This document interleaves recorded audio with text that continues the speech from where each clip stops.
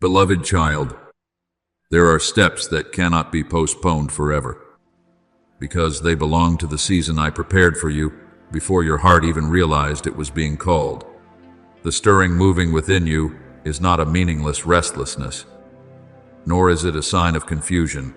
It is the gentle awakening of my Holy Spirit, reminding you that the place where you are standing is no longer wide enough for what I desire to do next. Do not be afraid when you feel that your heart is no longer at peace with the old paths, because many times that holy unrest is the very way I draw you out of the familiar place that has held you for too long. Your ears will hear a voice behind you saying, "This is the way, walk in it." As in Isaiah 30:21. Therefore, when that deep call echoes within your heart, listen with faith, and do not hastily silence it with the reasoning of fear. I am not calling you so that you may lose your way.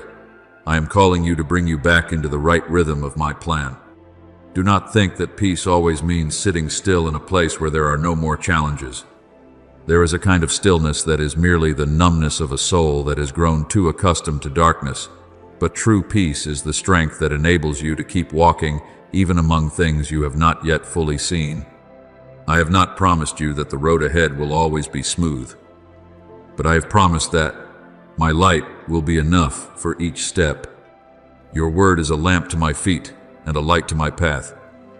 As in Psalm 119:105, that lamp does not always illuminate the distant horizon, but it always shines enough upon the ground directly before your feet so that you do not have to stumble in despair. So do not demand to see every answer before you are willing to move forward. Faith is not holding the map of the entire journey in your hand. It is holding my hand and believing that I know the way. Even when you do not yet understand why you must turn, I know there are voices that will invite you to choose the easier path, the less painful path, the path that does not require you to change very much. They will whisper that you should remain where it is safe. Keep holding on to old habits. Delay just a little longer, because no one sees the battle inside your heart. But my child, I see it. I see the burdens you have dragged through many seasons, the fears that have disguised themselves as wisdom, the old wounds trying to convince you that it is better not to hope too much. But I did not raise you up so that you would continue living like someone who had only barely escaped danger. I raised you up so that you would walk as one who has been healed, sent forth, and clothed with new strength from heaven. Be strong and courageous. Do not be afraid or terrified, for the Lord your God is with you wherever you go. As in Joshua 1:9, that word is not for the person who has never trembled, but for the one who still trembles and yet does not turn back. Remember Philip, my servant, who was led by the Holy Spirit to a place that seemed to hold nothing noteworthy. I did not send him into a crowded square, nor did I set before him a radiant door in the way people usually expect. I told him to go south, to the desert road that leads down to Gaza. To human eyes, that may have seemed like a confusing change of direction, but to me, it was an appointment already prepared. On that road, Philip met an Ethiopian man who was reading the prophet Isaiah but did not yet understand. And from that seemingly small encounter, the light of the gospel touched a soul that was thirsting. Do you see? There are paths I lead you into that at first appear empty, yet in truth they are carrying a mission. There are steps you think are only a departure from what is familiar, but in my eyes, they are the arrangement that allows you to meet the right person, the right opportunity, the right moment in which grace needs to be revealed. Therefore, when I urge you to move forward, do not merely ask whether that path will be comfortable, ask whether I am there. If I am there, even a desolate place becomes holy ground. If I am leading you, even a silent turn can become the beginning of a fruitful season. I am removing from you the invisible chains, doubt, shame, memories of failure, and the fear of being left behind. I do not do this with cold rebuke, but with the love of a father who knows how weary you have become after long stretches of the journey. Let me lift your head again. Let me wash the dust of the road from your soul. Let me place within you a tender courage, not hardened by self-defense, but strengthened by the knowledge that you are loved. Then you will understand that every step of obedience turns your past into a testimony. The places that once frightened you will no longer rule over you. The seasons that once made you think you had been forgotten will become evidence that I was still working silently behind the curtain. You do not need to chase after the light with your exhausted strength. You only need to walk in the light I am giving you. Do not compromise with what darkens your soul simply because it feels easier for a moment. Do not choose the familiar shadow when I have already opened a new dawn before you. I am going before you, standing beside you, and also upholding you from behind. Keep walking, my beloved child, not as one fleeing from darkness, but as one entering the inheritance prepared by my everlasting love. Beloved child, there are doors that do not open because you push them by force, but open when your heart stands in the right place within my light, when you no longer walk with the haste of anxiety, but with the attentiveness of faith. The things that once seemed scattered will begin to find their proper place.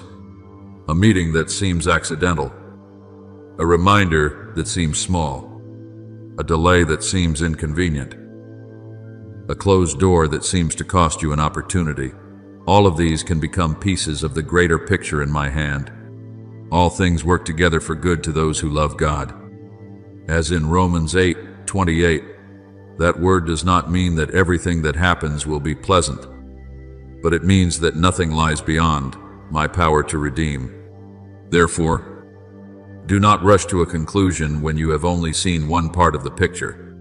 Remain in the light, because the light not only helps you see the path ahead, but also helps you recognize what is a signal, what is a trap, what is an invitation from me, and what is merely the noise of the world trying to pull you away from peace. What I want to teach you today does not begin with outward steps, but with the silent room within you. Many times, you think you need another sign, another confirmation, another clear piece of evidence, when in truth, what you need first is a heart quiet enough to hear.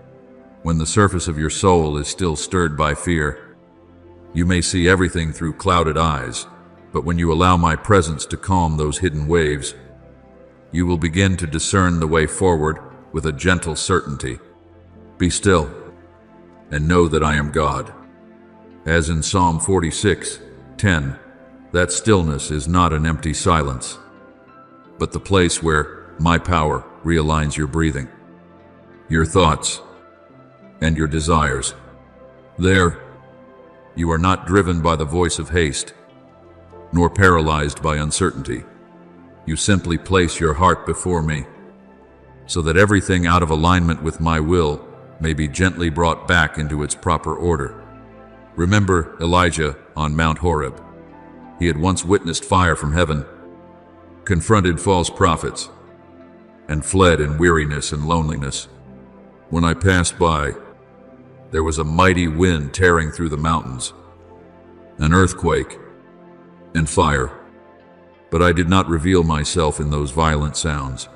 And after the fire, there came a gentle whisper, and it was in that stillness that Elijah recognized me. Do you see? Not every divine guidance comes like thunder shaking heaven and earth. Sometimes I come like a thin breeze, touching the deepest place within you, gentle enough not to frighten you, yet real enough that you cannot confuse it with anything else.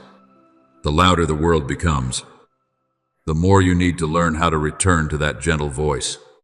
My sheep hear my voice, and I know them, and they follow me. As in John 10:27, what matters is not that every sound around you must fall silent, but that the ear of your heart is trained to recognize the voice of your Father among countless other invitations.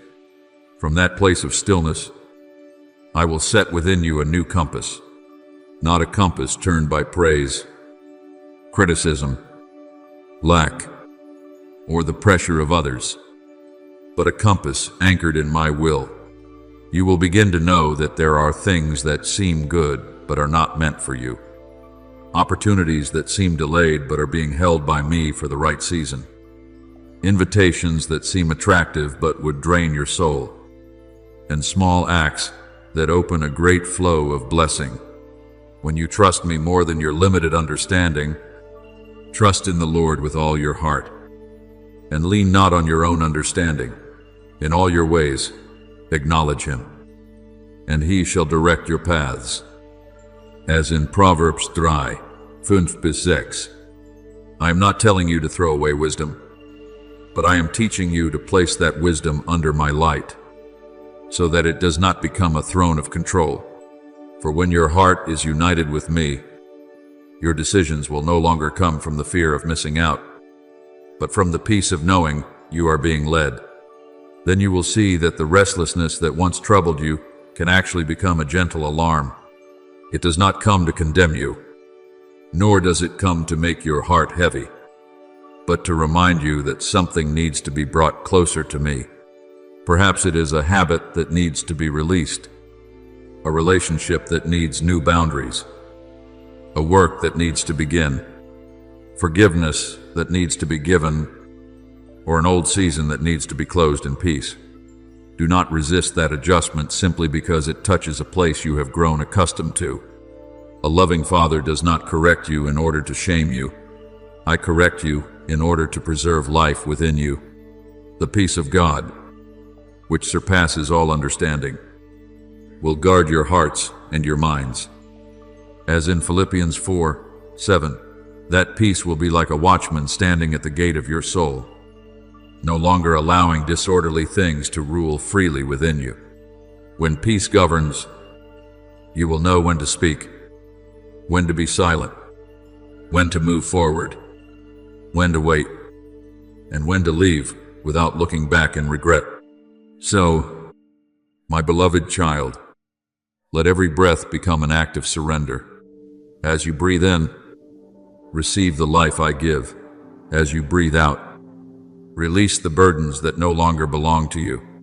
Walk slowly enough to hear, but not so slowly that you delay obedience. Be soft enough for me to shape you, but do not lose heart before the voices that want to draw you back into the old shadows. The path of light I have set before you is not a distant idea. It begins right in the small choice of today. In the way you keep your heart pure, in the way you respond to guidance, in the way you allow light to overcome confusion. I am reconnecting what once seemed scattered, clarifying the signs that once seemed faint, and turning your simple steps into a meaningful journey. Keep walking with me, for when your heart remains in me, the way will open at the right time. Strength will come in the right season, and the light will be enough for every step you need to take today. Beloved child, I want you to understand that in my kingdom, peace is not a feeling that comes and goes like clouds passing across the sky, but the throne where my will is set as ruler within you. When you allow that peace to govern your heart, decisions are no longer born from fear, haste, or the pressure to please everyone, but are upheld by a clarity that comes from me.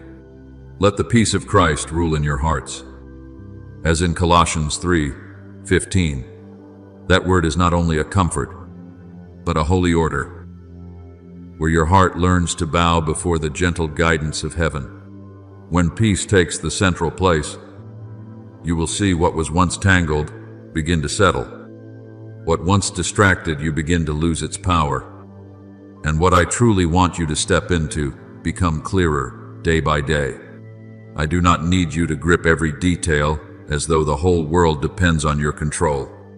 I invite you into holy partnership, where you do your part by faith, and I do my part through power, timing, and wisdom beyond what your eyes can see. There are mornings when you only need to pause before the new day pulls you away with so many voices. Let your heart open to me through a few peaceful breaths, so that gratitude becomes the first key that opens the door of your soul. A word of scripture sown into your heart at dawn can sustain you throughout the whole day, like a small seed carrying within it an entire harvest. Cause me to hear your loving kindness in the morning, for in you do I trust. Cause me to know the way in which I should walk. As in Psalm 143:8, when you begin the new day by listening in this way, you no longer step out into life as one being swept away, but as one who has received direction from your Father. Do not underestimate small habits done in love. A brief prayer, a moment of silence, a bow of gratitude. One time you choose gentleness instead of tension. All of these are quiet stones I use to repave the road beneath your feet. I do not build maturity within you through heavy demands. I grow you through a rhythm of faithfulness, tenderness, perseverance, and abundant grace. Beloved child, when your heart is brought back into the right rhythm with me, joy will no longer be something fragile, dependent on sunny days or rainy days, on whether others understand you or not, on whether your work goes as smoothly as you hoped. True joy comes from a deeper source, where you know that I am still with you, still keeping you, still quietly arranging every small detail in your journey with a love that never grows weary. The joy of the Lord is your strength. As in Nehemiah 8:10, that joy is not a passing excitement, but a holy vitality that lifts your feet even when you must do the most ordinary things. You can wash dishes in peace, finish a small task with gratitude, send a gentle word to someone with a loving spirit, because when your heart is united with me, nothing is meaningless if it is placed in the light of grace. The goals before you will no longer be mountains weighing heavily upon your shoulders, but meeting places where I encounter you, teach you, lift you up, and show you that every faithful step has value in my eyes. I do not want you to live so hurriedly that you forget the beauty of the road right beneath your feet. There are people who keep looking far toward the horizon, demanding to know everything that will happen, until they lose the blessing of the light I am giving them today. But my child, I often do not give you the entire picture all at once, because I know your trust needs to be nurtured through each step, each day, each small choice. Your word is a lamp to my feet and a light to my path. As in Psalm 119:105, that lamp is not placed in your hand so that you may control the future, but so that you may walk steadily in the present.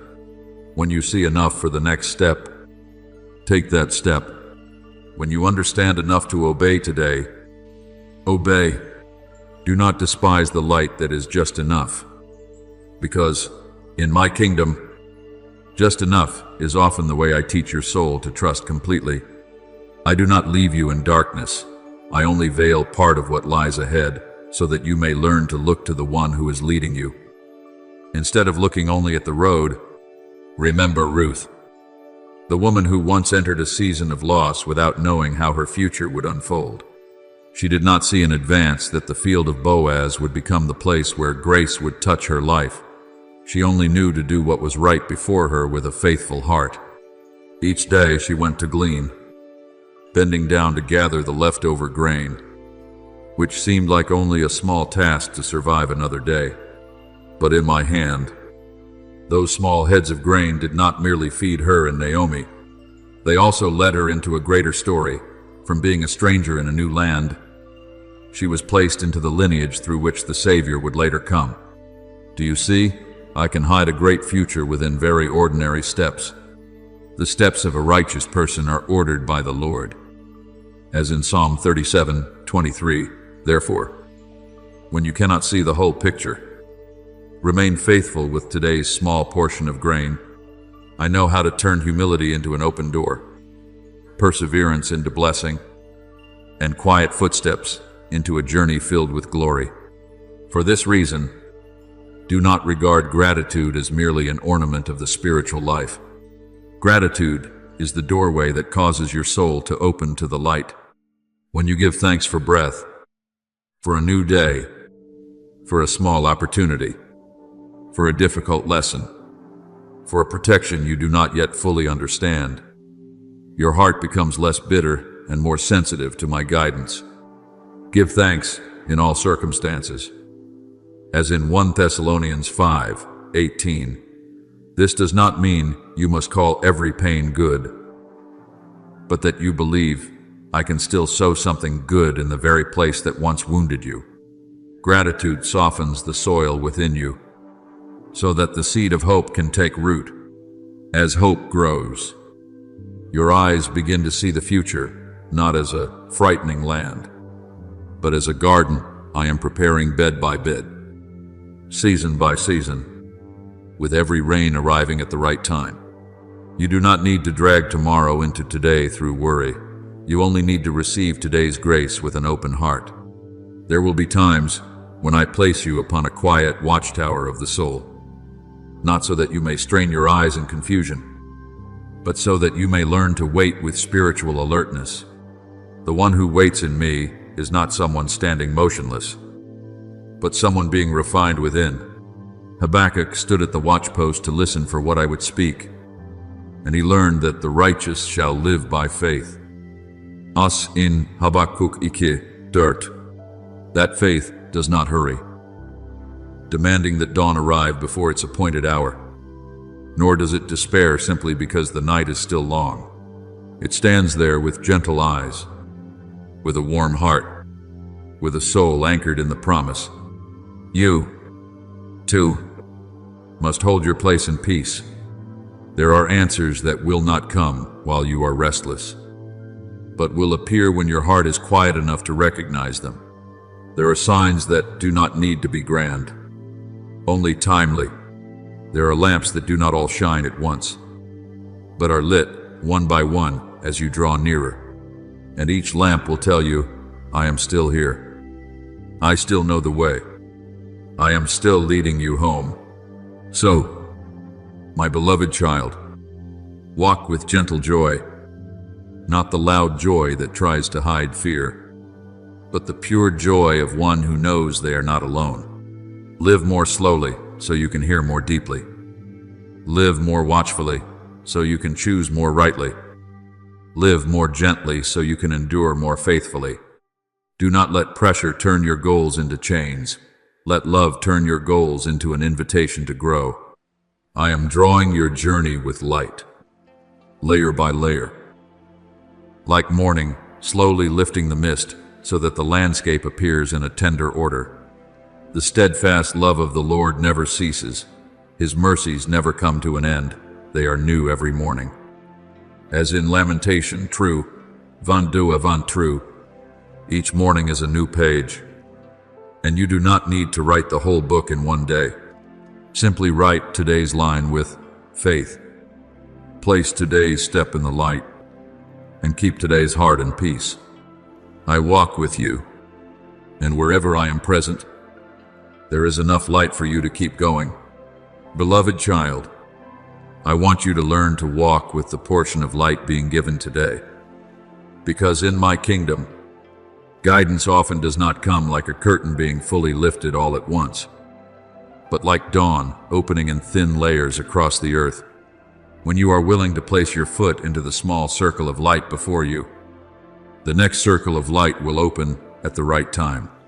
If you remain standing still, waiting to see every turn, your heart may easily grow cold in delay, and your faith may become bound by the need to control. But when you say yes to what I have revealed in this moment, even if it is only as small as an apology, an upright decision, a quiet step of preparation, or a letting go that no one sees, that very obedience becomes the key that opens more of the road ahead. The path of the righteous is like the light of dawn, shining brighter and brighter until the full day. As in Proverbs 4:18, that light does not remain still. It grows with the footsteps of the one who trusts. Therefore, Do not despise the small rays of light, because I often hide an entire new season within one very quiet act of faithfulness. I know there are times when you want many assurances before you move forward.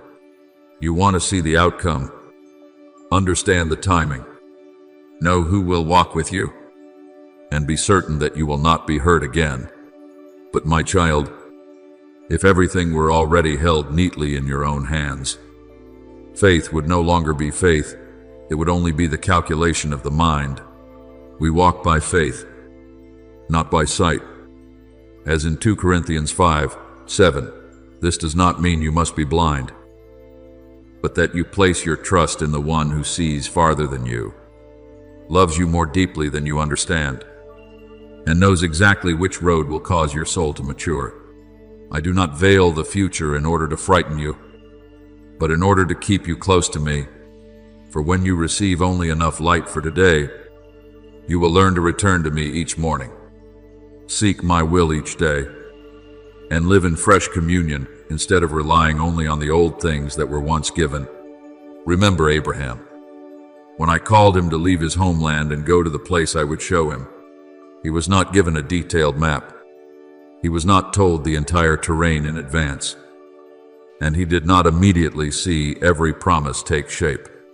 But he walked, and each step of obedience turned an ordinary man into the father of many nations. By faith, Abraham obeyed when he was called to go out to the place he would receive as an inheritance, not knowing where he was going. As in Hebrews 11:8, do you see? The nobility of the journey was not found in the fact that he knew everything, but in the fact that he trusted the one who was calling him. You also have things I am inviting you to leave behind, a place of safety that has become too narrow, a habit that causes your soul to grow dim, a way of thinking that always demands certainty before daring to love, daring to act, daring to live. Do not be afraid when I show you only the first step. That first step is not small in my eyes, because it carries within it the seed of an entire promise. There is a gentle grace in not seeing too far ahead. If you could see all the trials of the years to come, your heart might become heavy before that season even arrived. If you could see all the blessings, you might forget the humility you need to keep today. Therefore, I lead you stage by stage, like a father holding his child's hand along a morning road still covered in mist. I do not let you carry tomorrow with today's strength. My son himself said, do not worry about tomorrow, for tomorrow will worry about itself. As in Matthew 6:34, that word does not teach you to be indifferent, but to live in the proper rhythm of grace. Do today's work with today's faithfulness. Love the person standing before you today with today's love. Enter the opportunity that opens today with today's courage. When you live this way, your soul is not torn apart by things that have not yet come, but gathered together in my presence, where every breath becomes lighter. I also want you to remember the widow of Zarephath in the days of the prophet Elijah. She had only a handful of flour in a jar and a little oil in a jug, seemingly enough for one last meal before waiting to die. But when my word came through Elijah, she used that little portion in obedience, and what seemed about to run out was sustained by me day after day. The jar of flour was not used up, and the jug of oil did not run dry. As in Kings 17:16, that is the mark of provision that comes from me, not loud but enduring, not excessive in a way that feeds pride, but sufficient in a way that nourishes faith. Beloved child, sometimes the light I give is like that handful of flour and little oil. At first glance, it seems small, but when used in trust, it becomes an extended miracle. Do not hold back today's light out of fear that tomorrow will lack. Walk in what you already know is right, and you will see that my supply does not run dry. When you know that you only need to live fully in this day, your heart will become softer. You will not waste words in hasty judgment. You will not let anxiety steal your gentleness. and you will not let things that have not yet happened dry up the love meant for the person beside you. The light that is just enough teaches you to treasure every encounter, every word, every small thing done in secret. It teaches you to slow down enough to look at someone with mercy, to listen to a story you might once have ignored, to choose a gracious word instead of a sharp reaction.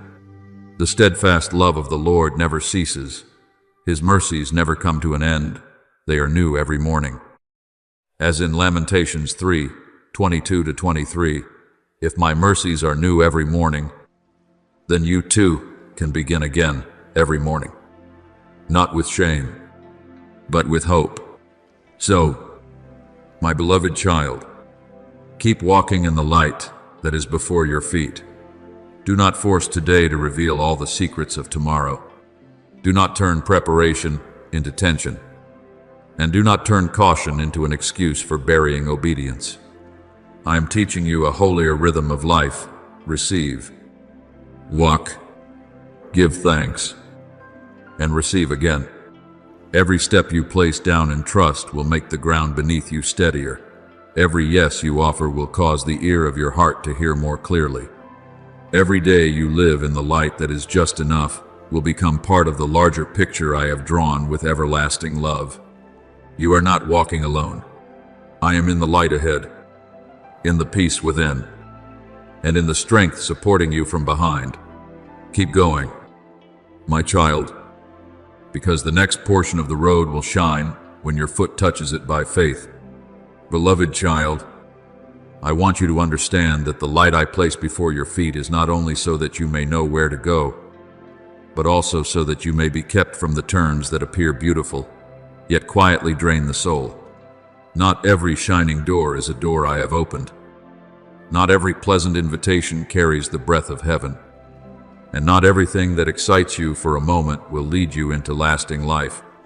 Therefore, after learning to walk in the light that is just enough, you must learn to guard a deeper place, your mind, for your feet may be standing on the path I have given. But if your thoughts are being pulled toward other noises, your heart will soon become weary, and your direction will grow unclear. Guard your heart above all else, for out of it flow the springs of life. As in Proverbs 4:23, your heart and mind are not places where you should allow every thought to come and go carelessly, but a sacred garden that must be tended with watchfulness, promise, and peace. I do not want you to fear your own thoughts. I want you to learn to recognize them in the light, so that whatever comes from truth may be kept, and whatever comes from fear may be handed back to me. There are thoughts that wear the clothing of caution, but inside they are doubt. There are arguments that sound like wisdom, but in truth, they are only building fences around the fear of being wounded. You need to discern this through my presence, because I do not lead you with suffocating pressure, nor do I urge you forward with the shouting voice of anxiety. When I speak, my word may be very firm, but it always carries purity, kindness, and a deep peace within it. My sheep hear my voice, and I know them, and they follow me. As in John 10:27, my voice does not throw your soul into confusion so that you must run in panic, but calls you back to a clear direction, where what is good is lifted up and what is dark gradually loses its power. Therefore, when a thought enters, ask whether it is drawing you closer to me or farther from me, whether it is making you more loving or more closed off, whether it is making you more courageous or causing you to delay under the disguise of careful consideration. When you examine all things under that light, your mind will gradually become like a lamp sheltered from the wind, no longer flickering before every comment, every bad report, every old memory, or every imagined thing that has not yet happened. I want you to remember Nehemiah, the one in whose heart I placed the desire to rebuild the walls of Jerusalem. When the work was progressing, the opponents did not only use outward force, but also distraction to pull him away from his position. They invited him down to the plain of Ono, using words that pretended to be negotiation, but in truth they wanted to harm him and stop the work. Nehemiah answered with a very clear word, "I am doing a great work, and I cannot come down." As in Nehemiah 9:3. Do you see? Sometimes victory is not found in arguing with every voice that calls you, but in recognizing that what I have entrusted to you is too precious to leave behind just because of a beautifully decorated distraction. Your mind also has planes of Ono like that, useless comparisons, assumptions that wound you, loops of anxiety, and dark scenarios that I have never spoken. Learn to speak to them with gentleness yet firmness. I am walking on the path my Father has given me. I will not come down from this light. To keep the light within your heart, nourish your mind with the things that belong to life. I have not left you without guidance. My word has set before you a pure compass. Whatever is true, whatever is honorable, whatever is just, whatever is pure, whatever is lovely, whatever is of good report. Think on these things.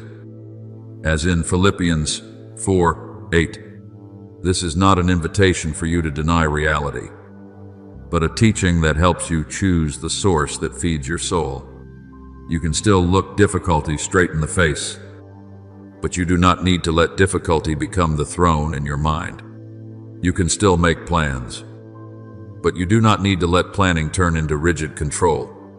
You can still recognize risk, but you do not need to let risk steal your hope.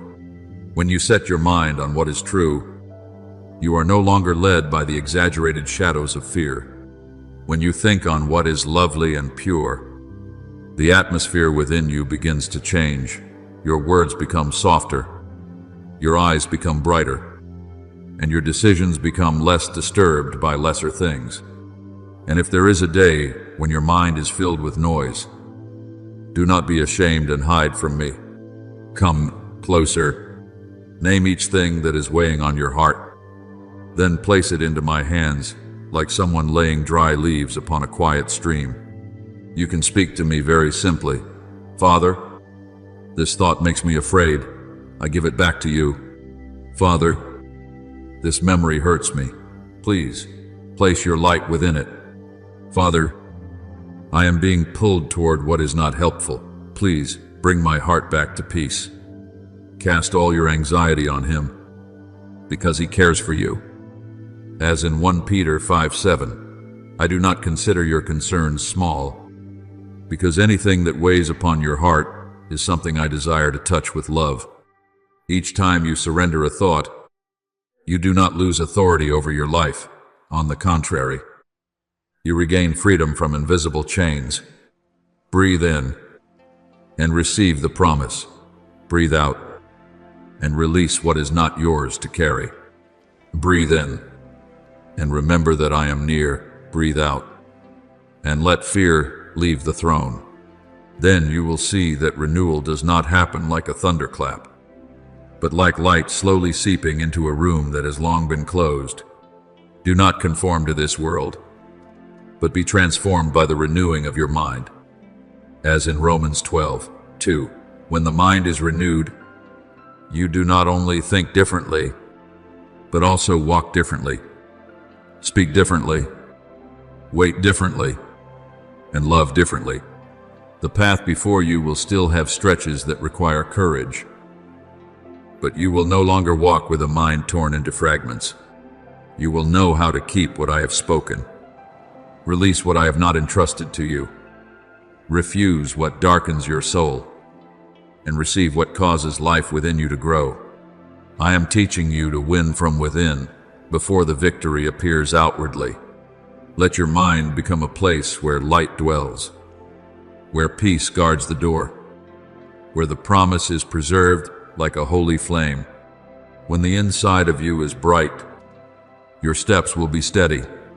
When your thoughts are anchored in me, the road you walk will not be easily led astray. Keep walking, my beloved child, for I am with you in every thought that is healed. every choice that is purified, and every footstep guided by my light. Beloved child, when your mind is restored to my stillness, you will no longer walk like someone who must drag yourself through each day with depleted strength. A stream of divine assistance begins to lift you from within, not loudly, not for display, but steadily, like the breath of heaven touching the sail of your life. I do not give peace merely so you can sit still and endure. I give peace so you can rise in the right way, walk in the right rhythm, and go far without losing the clarity of your soul. The Lord himself will go before you. He will be with you. He will never leave you nor forsake you. As in Deuteronomy 31:8, therefore, what lifts you is not strained effort, but my presence going ahead of you, opening the way, keeping the rhythm, and quietly preparing things you have not yet had time to see. When the inside of you is no longer bent by the winds of anxiety, my grace will blow into your life in a good direction, causing steps that seem small to lead you into places I prepared long ago. There will be days when you are surprised because the right words come to you at the right time. Ideas become clear. Strength returns in a task that once seemed exhausting, and a meeting that appears ordinary carries within it the sign of divine arrangement. This is not floating coincidence. It is my favor operating upon a heart that has chosen to become still. When your mind is bright, you will not miss my subtle movements. When your heart is quiet, you will be able to discern which door must be knocked on, which turn must be avoided, which word must be spoken, and which silence must be kept as a holy offering. I will instruct you and teach you in the way you should go. I will counsel you with my eye upon you. As in Psalm 32:8, that word is not a distant promise, but care that is present in the smallest decisions of your life. I do not want you to walk in the heaviness of someone who is always afraid of making a mistake, but in the humility of one who knows they are being guided. Remember Zerubbabel, the one entrusted with rebuilding the temple amid obstacles that could easily discourage the human heart. Before him were ruins, opposition, lack, and a task greater than natural human strength. But I spoke through Zechariah, saying, not by might, nor by power, but by my Spirit, as in Zechariah 4:9. Then I also spoke to the great mountain before him, declaring that it would become a plain. Do you see? What I entrust to you does not necessarily have to be completed through the noise of human strength, many times. It is built through quiet faithfulness, through a mind kept in the promise, through each stone being laid under the help of the Holy Spirit. When my grace is upon you, the mountain is no longer proof that you must give up, but becomes the place where my power is revealed. You do not need to break the mountain with your bare hands. You need to stand in the right position. Keep your heart pure, and let my Spirit do what is beyond your strength. Therefore, do not understand stillness as slowness or weakness. Stillness in me is strength that has been refined from haste. It helps you avoid spending energy on battles that were never assigned to you, answering every voice simply because it is loud, or chasing every idea that flashes for a moment and then fades away. A person whose mind is guarded will take fewer unnecessary detours, speak fewer needless words, and place their strength where grace is truly flowing. Those who wait upon the Lord shall renew their strength. They shall mount up with wings like eagles. As in Isaiah 40:31, the eagle does not flap its wings in panic to overcome the wind, but knows how to rise upon the current that lifts it. You are the same when you wait for me in peace. You are not being held back. You are being lifted in a deeper, stronger, and truer way. There are kinds of progress I give that do not look like a hurried sprint, but like an underground stream quietly bringing an entire land back to life. I know there were times when you thought that in order to go far, You had to strain harder, endure more, and force yourself even further. But I did not call you into a journey of grace only to leave you exhausted along the way.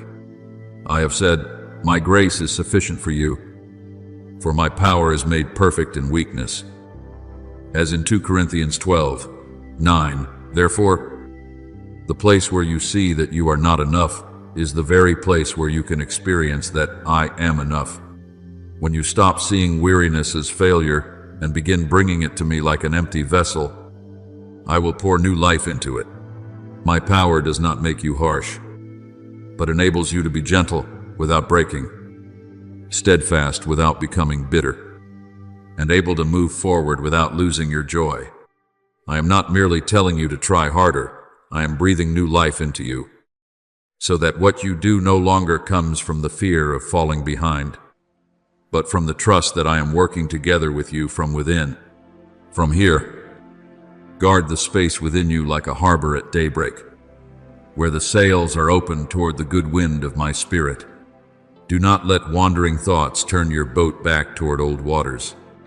Do not let anxiety become the commander. And do not let passing emotions decide the direction of a life that has been loved and called by me. It is God who works in you both to will and to do according to his good pleasure. As in Philippians 2:13, this means I am not standing outside merely watching you walk, but I am working within you, realigning your desires, strengthening your will, and placing within you the power to complete what pleases me. Keep going with the steady rhythm of peace.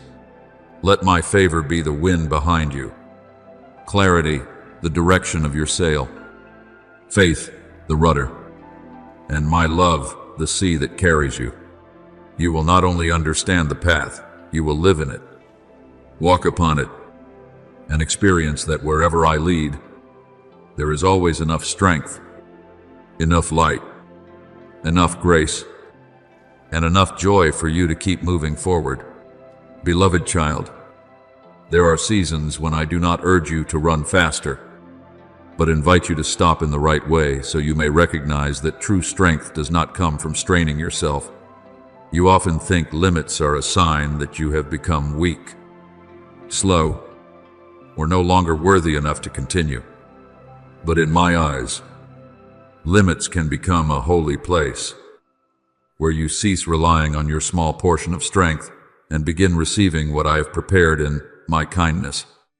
When you feel your feet heavy, your heart weary, your mind tangled, and the road ahead seeming like a long stretch with no support in sight, I do not stand far away and coldly tell you to try harder. I draw near like a father placing his hand behind your back, not pushing you forward until you fall, but gently lifting you to stand upright again. My grace is sufficient for you, for my power is made perfect in weakness. As in 2 Corinthians 12:9, that word does not diminish your weariness, but enlarges your faith that where you thought you were empty, I am still full. Therefore, do not call your weakness an ending too quickly. Call it the place where I can enter, strengthen, heal, and turn fragility into a doorway for power. I want you to learn the rhythm of grace. Rest in me. Open your heart to receive. Then take one small step in the light.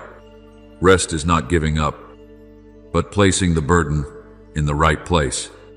Receiving is not passivity, but allowing my promise to soak into your mind like rain soaking into dry ground. A small step is not insignificant, but the way faith takes form upon the earth. Come to me, all you who are weary and burdened, and I will give you rest. As in Matthew 11:28, do you see?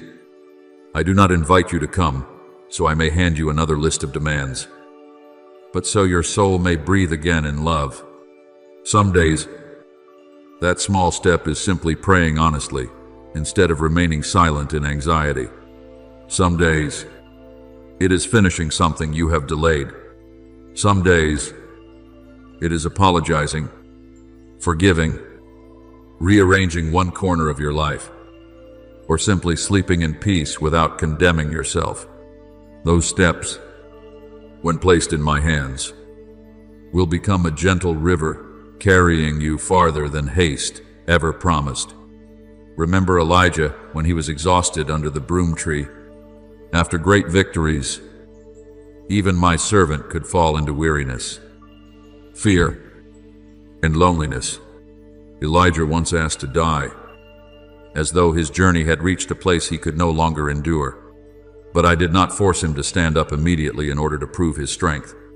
I sent an angel to touch him, to bring bread and water, so he could eat, sleep, and then eat again, because the journey is too much for you. As in 1 Kings 19:7, beloved child, look at the way I care for those I love before giving new direction. I restore the body, soothe the soul, and lead the person out of the exhaustion that once blurred their vision. Sometimes what you need most is not a complicated answer, but to let me renew your strength through simple graces, a quiet space, a promise, a season of rest, someone who supports you, a morning that allows you to begin again. I am not ashamed of your weariness.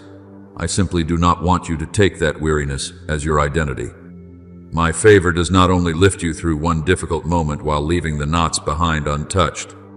I am the one who restores. And restoration is not merely bringing you back to where you were before, but renewing the way you live, the way you remember, the way you love, and the way you look toward the future. The things that were once broken off within you, I can join together again through the order of love. The years you thought were wasted, I can redeem through a season of fruitfulness you have never imagined. I will restore to you the years that the locust has eaten. As in Joel 2:25, that word does not mean the past never hurt, but it means pain does not have the right to write the final chapter of your life. I can make memories less sharp, cause lessons to stop becoming burdens, turn delay into depth, and make what you once saw as failure become good soil where mercy can grow. Let me gently untie each knot. Do not yank at them with impatience. There are things I heal so softly, yet so deeply, that one day you will look back and realize you no longer respond like the person you used to be. Therefore, as you continue walking, do not walk with bitter striving, but with the pure strength of one who knows they are being upheld. My power does not make you louder in order to hide weakness, but makes you steadier in humility. It does not burn you with pressure, but warms you with enduring courage. Those who wait upon the Lord shall renew their strength. They shall mount up with wings like eagles. As in Isaiah 40:31, the eagle does not conquer the sky through panic, but knows how to rise upon the current that lifts it. You are the same. Keep your heart open toward me, so that grace becomes the wind behind you, and peace becomes the rhythm of your feet. When you stop wasting strength on what I have not assigned to you, you will have energy for what I have truly placed in your hands. When you stop blaming yourself for not being able to do everything, you will know how to do your part with clarity, joy, and faithfulness. Then each of your days will gradually take on a holy rhythm. Pause to breathe in me. Receive what I speak, and do the small thing that has been illuminated. Do not despise that rhythm, because even great rivers are fed by quiet springs. When a day comes to an end, you do not need to measure your worth by how many tasks were completed under pressure, but by how deeply you remained in love, responded to the light, kept your heart tender, and allowed me to lead you through ordinary things with an extraordinary spirit. It is God who works in you both to will and to do according to his good pleasure. As in Philippians 2:13, I am not only standing before you to call you, but also working within you to give you desire, strength, and perseverance. Keep resting in me, receiving from me, and walking with me. You will find yourself going far without losing peace, becoming stronger without losing gentleness, and being restored without needing to deny the past. I am here, my beloved child, and wherever my grace touches, limitation is no longer a wall, but a threshold opening into a season of renewed strength. Beloved child, there are things I do that do not begin with a loud sound, but with quiet arrangements around your life. When the inside of you is renewed, I will also gently adjust the environment around you so it aligns with that new season. There are doors that were once closed, not because I rejected you, but because the time had not yet matured. There are people who walked away not because you were forgotten, but because they could not go with you into the road I am opening. There are opportunities that suddenly appear at just the right time, not because of luck, but because my hand had been preparing them in the hidden place. I will go before you and level the uneven places. As in Isaiah 45:2, that word does not only speak of outward roads, but also of the entanglements in your circumstances, the turns in your relationships, and the things that seem disorderly yet are being set back into order by me. Therefore, when you see things gradually fitting together with gentle precision, do not hastily call it coincidence. Recognize the breath of favor moving through your life, supporting what I have planted in your heart so that it may have soil, sunlight, rain, and a season of blooming. I do not want you to think that good results only come when you are exhausted from effort. In my rhythm, faithfulness is not a race into depletion, but steady steps saturated with love. You work today with integrity. Speak the words that need to be spoken with tenderness. Meet the people you need to meet with respect, and complete the portion entrusted to you as an offering lifted up to me. Whatever you do, work at it with all your heart, as working for the Lord. As in Colossians 3:23, when you live this way, everyday tasks are no longer small, because they are connected to a purpose greater than what your eyes can see. I can use a brief conversation to open healing, a quiet task to build the foundation for the future, and a simple idea to lead you to a new door. When my grace is at work, what you do does not necessarily become louder, but it becomes richer in quality, deeper, brighter, purer, and carrying the fragrance of my presence. Imagine your life as a boat moving across wide waters. If the sail is pulled off course by anxiety, the boat will sway even when a favorable wind is blowing. But when your mind is still, your heart is upright, and your will is turned toward me, that sail will naturally catch the wind of favor. You do not need to swing the oars in desperation, as though every promise would disappear if you stopped for a single moment. Your part is to keep the direction, keep your heart, and keep your obedience. The wind belongs to me, not by might, nor by power, but by my Spirit. As in Zechariah 4:6, my power does not always come like a storm that shakes everything, but many times like a warm wind steadily blowing from behind, carrying you farther while still preserving your peace. Some days the wind is strong, and you move quickly. Some days the wind is gentle, yet you are still not left behind, because the waters beneath you are also in my hand.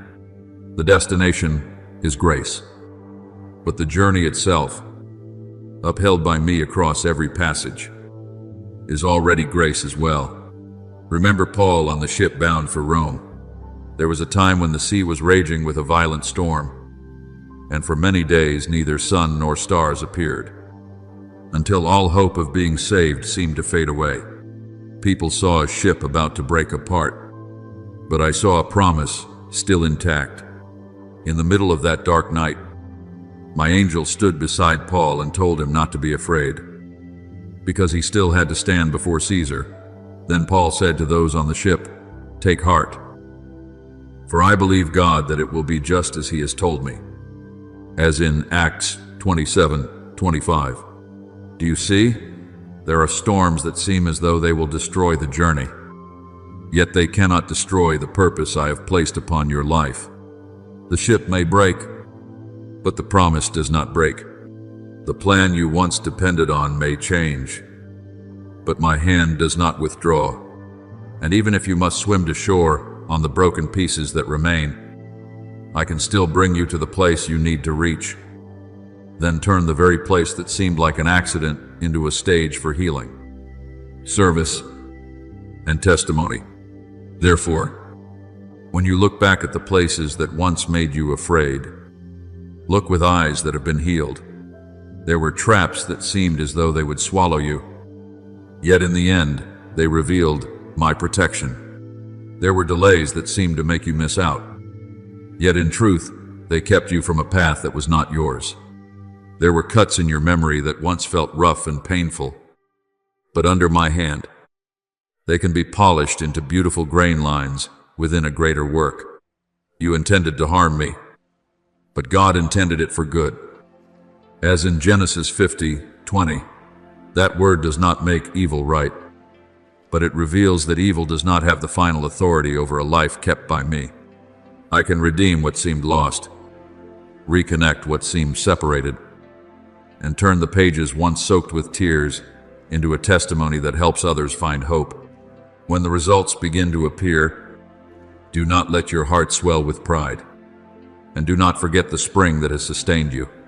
A flower that blooms in its proper season does not boast that it created the sun by itself.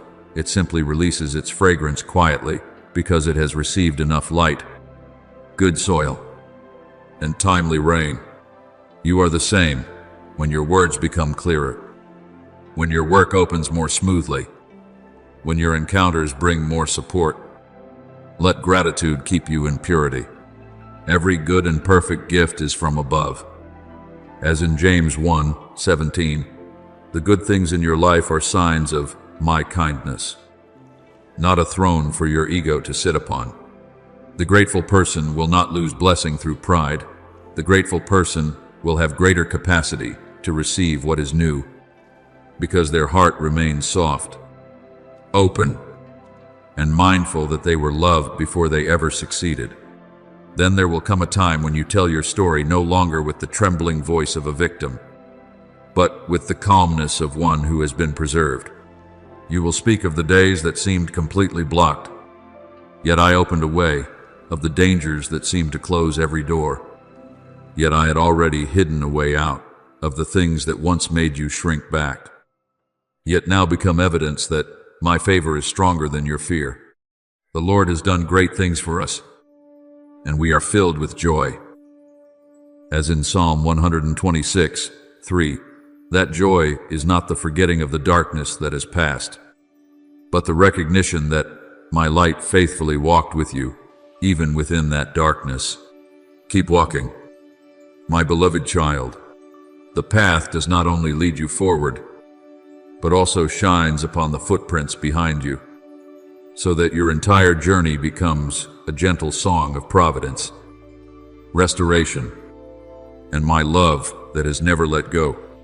Beloved child, I want you to look back on the roads you have traveled with different eyes, not the eyes of someone who has merely escaped disaster, but the eyes of someone who has been kept by my hand for a purpose not yet completed. There are places you thought you passed through only by luck, but in my light, you will understand that your life was not preserved by accident. I protected you because there are still words for you to speak, work for you to do, people for you to touch, and a portion of light for you to kindle in this world. For I know the plans I have for you, plans for peace and not for disaster, to give you a future and a hope. As in Jeremiah 29:11, that word is not a cloth thrown over the past, so you may forget every pain, but a light shining into the past, so you may recognize that I was quietly walking with you, even when you could not understand. What once made you tremble is no longer allowed to define you, because you are not a child of accident, not the product of failure, and not the echo of a wounded season. You are one who has been called by name, upheld, redeemed, and preserved within the story I am writing with love. As the testimony begins to take shape within your heart, your identity is also rebuilt upon a firmer rock. In the past, perhaps you wondered why you had to pass through such confusing turns, why some doors closed with such pain, why certain traps seemed to be set precisely when you were at your weakest. But then time passed. My grace touched your memories, and you began to see a sacred thread connecting the scattered pieces into a meaningful tapestry. He who began a good work in you will carry it on to completion until the day of Christ Jesus. As in Philippians 1:6, therefore, you do not need to place your confidence in your own strength, in perfection, or in a life without challenges. The confidence I give you is the gentle steadiness of one who knows that the one who began the work does not leave it unfinished. The one who called also equips, and the one who saved also continues to lead. When you understand this, the future is no longer a dark land that makes you hesitant, but the next part of a journey held securely in my hands. Remember Esther and Mordecai on the day my people were threatened by Haman's plot. A gallows had been built with the intention of destroying the righteous. A decree seemed impossible to reverse, and darkness covered the whole nation as though every way of escape had been closed. But I was not asleep upon my throne. It was in the very night when the king could not sleep that the book of records was opened. The forgotten service of Mordecai was brought back to remembrance, and the trap the enemy had prepared became the place where righteousness was revealed. Esther stepped into her appointed moment not with pride, but with courage kindled by the reminder that perhaps she had come to the royal position for such a time as this. As in Esther 4:14, do you see? There are moments when I preserve you not only so that you may be safe, but so that you may stand in the right place at a moment that needs the light from your life. The trap does not have the final word. The dark decree is not stronger than my providence, and what the enemy intended to use to bring you shame, I can turn into evidence of deliverance. Therefore, do not be ashamed of the marks that remain after the journey. I do not always erase every crack in a way that makes it seem as though it never existed. Many times, I mend those cracks with light, so that the place once broken becomes the very place that reflects my mercy more clearly. The potter does not throw away a vessel simply because it was once cracked in skillful hands. That vessel can carry a deeper beauty, a beauty that does not come from outward flawlessness, but from a story that has been restored. We have this treasure in jars of clay, to show that this surpassing power is from God and not from us. As in 2 Corinthians 4:7, you are a jar of clay cherished in my hands, and the golden lines of grace do not make you less valuable. They say that you have been touched, repaired, preserved, and given greater depth so that you may love with a softer heart.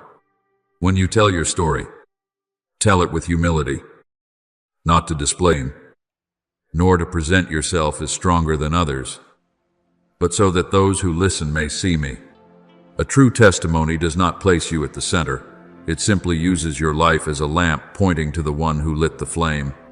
There are people who are walking through places you once walked through, fearing what you once feared, thinking they will not survive what you once thought you could never overcome.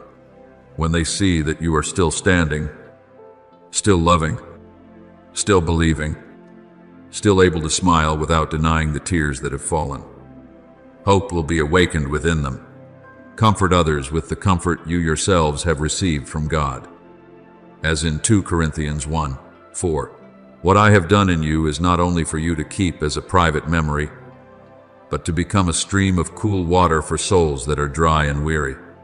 Then you will understand that your testimony is not only the story of what you have escaped, but a declaration of who you are becoming. You were not preserved merely to live in old fear. You were preserved to step into new clarity. You were not drawn out of darkness so that you would continue bowing before darkness. You were brought out so that you may carry the light of peace, gratitude, and courage into the places where I will lead you. I shall not die, but live and declare the works of the Lord. As in Psalm 118:17, let that word become the heartbeat within you. You are still alive to declare my faithfulness. You are still standing to testify that grace can be stronger than the deepest trap. You are still walking so that others may see that a life once trembling can become steady when placed in my hands. So, my beloved child, look upon the golden marks of restoration in your life with gratitude. They are not signs that you once failed, but signs that I did not let you go. They are not a reason for you to withdraw, but evidence that my love has passed through every crack and caused it to shine. As you enter the new chapter, do not carry the identity of one who merely survived. Carry the identity of one who has been sent after being preserved.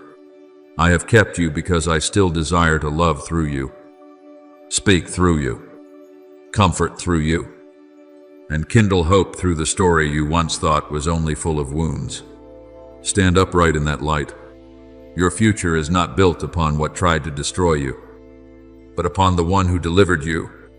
And I, your loving Father, I am still writing the next lines of your life with grace, deeper, more beautiful, and more full of hope than anything you once thought could happen. Beloved child, as I strengthen your identity through the testimony written through your very life, I am not only making you stand more firmly today, but also placing beneath your feet a path that can support many who come after you. A life that knows it has been called will no longer walk as one who is lost. It becomes a landmark, a lamp, a quiet reminder that darkness is not the only inheritance that can be passed down. There are chains of fear that have moved through many homes, habits of silence that have caused many hearts to be afraid to speak the truth, and pains handed down from generation to generation like a debt no one knows how to end.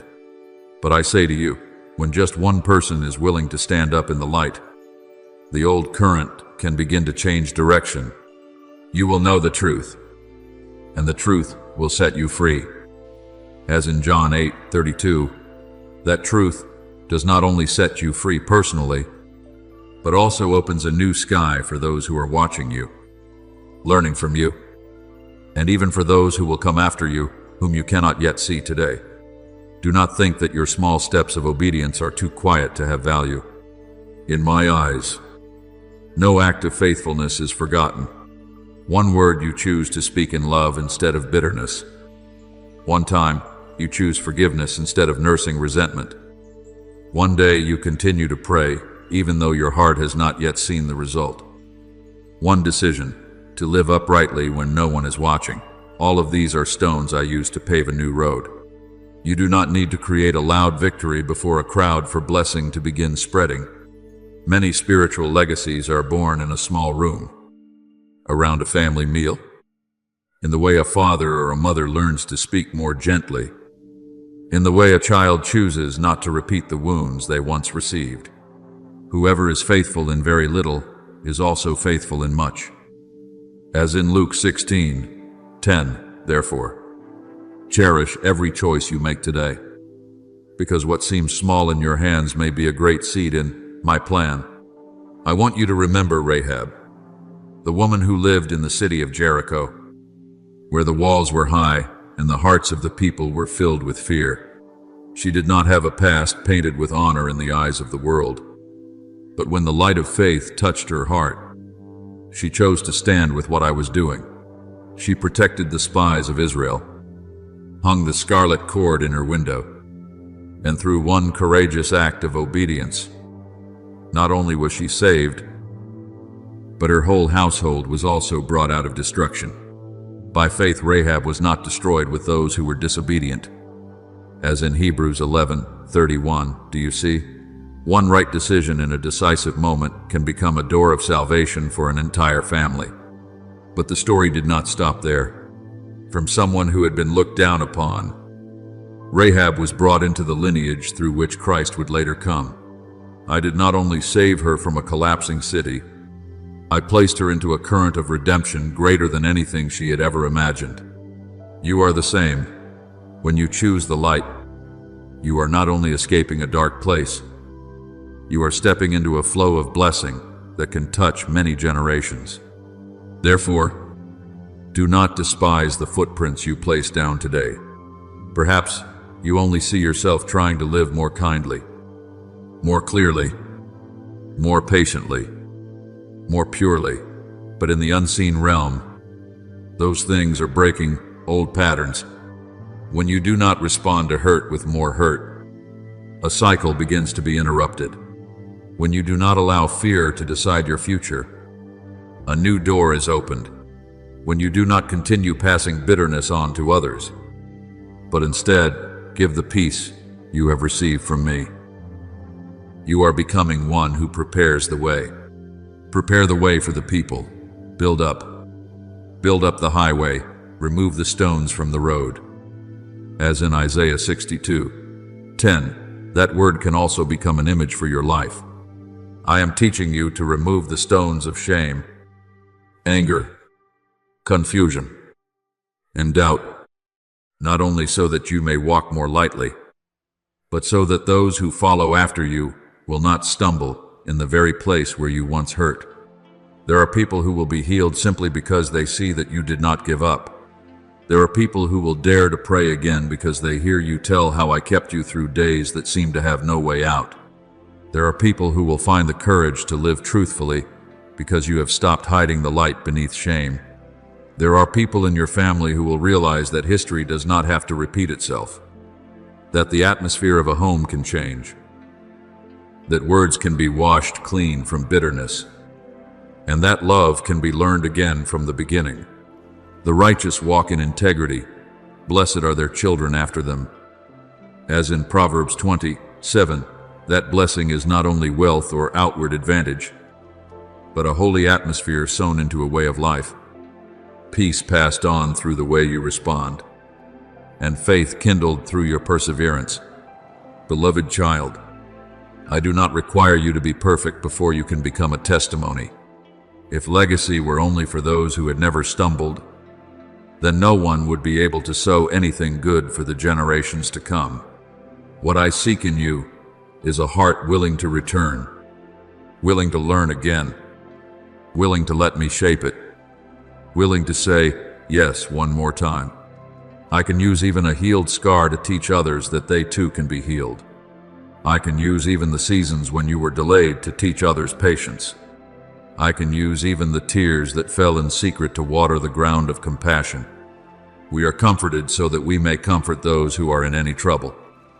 As in 2 Corinthians 1:4, therefore, what I do in you never stops with you alone.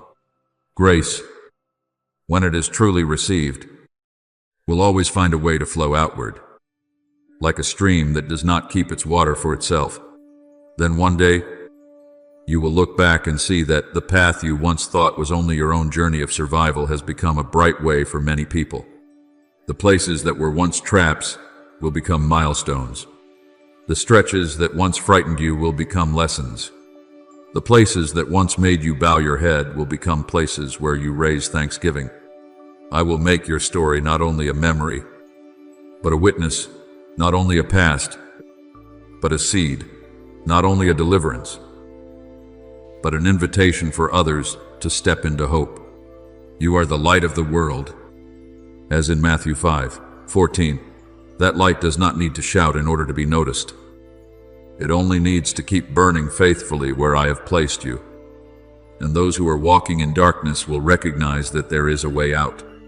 Keep walking, my child, with humility but not timidity, with courage but not hardness. Every day you live in truth, love, and obedience is a day you are laying a foundation for something better. Your family can be touched. Your community can be lifted up. Even people who have not yet met you may receive blessing from the road I have used your life to open. I am writing through you an intergenerational testimony. wider than old pain, deeper than the doubts that once shook your heart, and brighter than every darkness that once tried to hold you back. Keep walking in the light. Because I go before you, keep your heart faithful. Because I will cause the seed to bear fruit in its proper season. Keep living as one who has been called. Because truly, you have been called to become a footprint of blessing for many who come after you. Beloved child, I want you to understand that every choice you place in the light today does not end within the limits of a single day, a single circumstance, or a passing emotion. In my hand, one sincere yes can become a seed for many seasons your eyes have not yet seen. There are things you do in silence that open the way for others to walk more lightly. There are times when you choose forgiveness while your heart is still hurting. And that very choice breaks an old cycle that once caused many to live in bitterness. There are times when you choose to speak the truth in love, refusing to let fear control your words. And from there, trust begins to be sown again into relationships that seem dry and barren. Do not grow weary while doing good, for in due season we shall reap if we do not lose heart. As in Galatians 6:9, that word reminds you that there are seasons of sowing that are not loud. But no seed placed in faith is ever forgotten by me. You may not yet see the tree growing, but the soil has received the seed. You may not yet hear the generations after you giving thanks, but the road has already begun to open. Therefore, do not underestimate your today. One day lived in faithfulness can become the first stone of a bridge that someone else will cross in the future. When you refuse to pass on anger, you are teaching those who come after you that the past is not a prison. When you choose to build instead of tear down, you are sowing a new culture within your family and community. When you allow your heart to become tender under my hand, you are not only being healed for yourself, but also becoming a safe atmosphere where others dare to be healed. The righteous walk in integrity. Blessed are their children after them. As in Proverbs 20:7, that blessing is not only something visible outwardly, but also a legacy of peace, integrity, kindness, and gentle courage. There are children who learn how to love because they have seen you love. There are young people who dare to live truthfully because they have seen you stop hiding the light. There are souls who once thought they could never change, but when they look at your life, they realize that I can still rewrite a story they thought had already closed. I want to tell you about Timothy, a young man I used in his generation. Yet the faith within him did not appear like a ray of light falling from nowhere. Paul spoke of the sincere faith that first lived in his grandmother Lois and his mother Eunice, and then also lived in Timothy. As in 2 Timothy 1:5. Do you see? There are prayers from a grandmother, tears from a mother, small teachings beside the family hearth, and persistent moments of living in godliness amid ordinary life. All of these become a quiet stream flowing into a young person whom I would later use to strengthen the church. Lois and Eunice may not have stood before crowds like the apostles, but their faithfulness was not small. They sowed in the hidden place, and the harvest appeared in another life. You are the same. Do not measure your influence by the applause before your eyes. Some of the greatest legacies are formed through very quiet choices. The way you pray, the way you keep your word, the way you face sorrow without losing faith, the way you allow my love to correct your words and your reactions. The impact of obedience often spreads like an underground stream. It does not always shake the ground immediately, but quietly softens the soil, nourishes the roots, and prepares the season of blooming. A word of encouragement you speak today may walk with someone for many years without you ever knowing it. A decision not to compromise with darkness may become a sacred memory in the heart of someone who is watching. An act of kindness that seems small may teach an entire household that grace can still be present in the way people treat one another. Let your light shine before others. that they may see your good works and glorify your Father in heaven. As in Matthew 5:16, that light is not so that you may be exalted, but so that others may look through your life and recognize me. When you live in the light, you do not need to know exactly how far that light will reach. The light that belongs to me always knows its way. It can shine into one room, then, through a glance, a story, a choice, and touch places where your feet have never walked. There will be times when you think, does what I am doing today really matter? I say to you that it does. Faithfulness does not lose its value just because it is small. A mustard seed is very tiny, but when it is planted in the right soil, it grows into a tree with shade. A cup of cold water given in, my name will not lose its reward. One I'm sorry can reopen a door that years of pride had locked shut. One decision to forgive can soften the atmosphere of an entire family. One time you choose to pray instead of responding with bitterness can put an end to a pattern of hurt that has lasted far too long. Commit your way to the Lord, trust in Him, and He will bring it to pass. As in Psalm 37:5, your part is to place your steps in righteousness, and my part is to make those steps bear fruit beyond your reach. You do not need to see every result before believing that goodness is being sown. The one who sows in faith does not dig up the soil every day to check the seed. They water it with trust, wait with peace, and continue sowing with perseverance. Then there will come a day, whether near or very far, when you will hear someone say that they found courage because of a footprint you once left behind. They may not use your exact name, may not know all the battles you passed through, may not understand the cost of every yes you offered in secret, but they will walk upon a path of light that I used your life to prepare.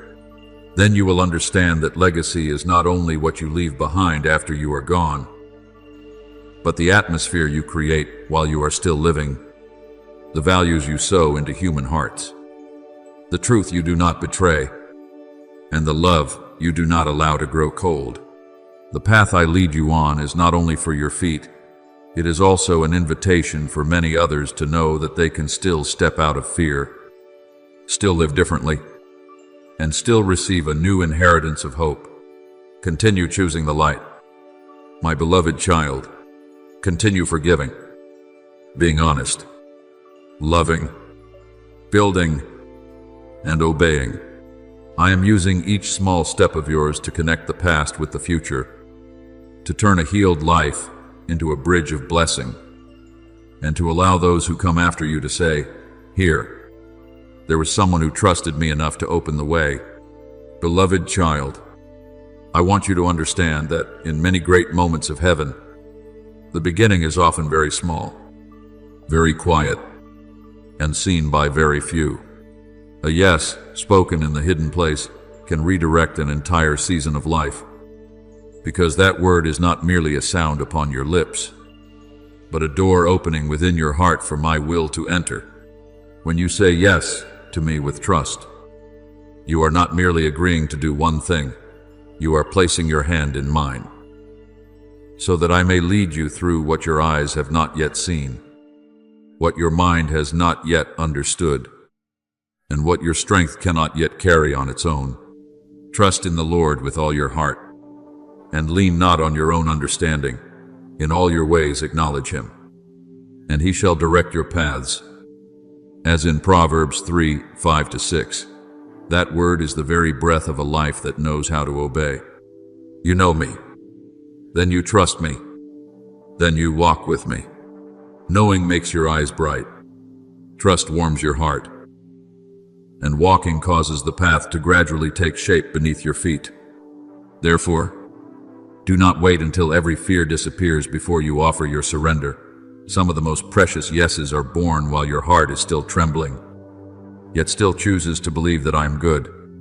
I do not see your yes as a dry command, but as a tender covenant between your heart and my love. When you agree to step into what I have prepared, you allow grace to work in depths you cannot yet measure. There are changes that will begin in your attitude, then spread into your words, into your relationships, into the atmosphere of your family, and continue flowing toward people you have never met. A person who knows how to obey does not only change their own direction, that person can become a turning point for an entire current. To obey is better than sacrifice. As in it Samuel 15:22. Because I am not only looking for what you place upon the altar, I am looking to see whether your heart is willing to belong to me in each choice. When you lay down the ego, the need for control is gently lifted from your shoulders. When you stop demanding to see the whole picture, your soul learns to rest in guidance. And when you walk with that trust, the path is no longer something distant and unfamiliar ahead of you, but life unfolding day by day beneath your feet. Remember Mary, the young woman in Nazareth, when the angel came to her with a calling beyond every human expectation. She was not given an easy road, nor was she guaranteed that people would understand her. That invitation carried great honor, but it also required very deep surrender. In that moment, Mary said, "I am the Lord's servant. Let it happen to me according to your word." As in Luke 1:38. Do you see? One yes, from a humble heart, opened the door for the great chapter of redemption to be revealed in history. She could not control every consequence, nor could she explain everything fully to others. But she trusted that the one who had called her was faithful. From a small room, from a gentle response, blessing touched countless generations. Therefore, when I place before you a step of obedience that seems very private, do not consider it small. In my hands, quiet surrender can carry eternal weight. Perhaps today your yes does not resemble Mary's in that great moment. Perhaps it is only obedience in keeping your heart pure when no one is watching. Obedience in making peace instead of remaining silent in pride. Obedience in beginning again after many seasons of weariness. Obedience in continuing forward even when you only see enough light for the next step. But I say to you that every true yes carries weight before me. Whoever is faithful in very little is also faithful in much. As in Luke 16:10, what you call small may be the foundation of something greater that I am building. One stone placed rightly today can become part of tomorrow's road. One honest decision today can teach the next generation to live without fearing the truth. One act of love today can break an old pattern of coldness, suspicion, and self-protection. You do not need to see the full extent of your influence in order to live faithfully. You only need to know that I see, I remember, and I will cause the seed to bear fruit in its proper season. As you continue to keep the rhythm of that yes, the purpose within you will grow deeper, and the burden you carry will become lighter. You will no longer have to drag your life along under the obsession of proving yourself, because your response is not founded on your own strength, but on my faithfulness. The one who calls you is faithful, and he will do it. As in 1 Thessalonians 5:24, you are invited to cooperate, not abandoned to complete by yourself what is beyond your strength. Each time you say yes, I do not only open the way outwardly, but also realign what is within. Motives are purified, vision is widened, courage is renewed, and peace is set as a watchman. There are doors you will not need to break open with strained effort. They will open at the appointed time, when your heart has matured, when your steps are ready, and when the atmosphere around you has been prepared by me. Sometimes the path is not merely lying there waiting for you to find it in my favor. It is also as though it is moving toward you, because the small steps of today have called forth the new chapter of tomorrow. I want you to continue walking with humility, but not timidity. Let your yes become a rhythm of life, not merely a moving moment that passes away. This morning, you obey by receiving the light that is given. At midday, you obey by guarding your mind from the voices that would pull you off course. As evening falls, you obey by giving thanks for what has been completed and placing what remains unfinished back into my hands. In this way, a life is woven not by great declarations, but by each thread of steady faithfulness. Commit your way to the Lord and trust in Him, and He will bring it to pass.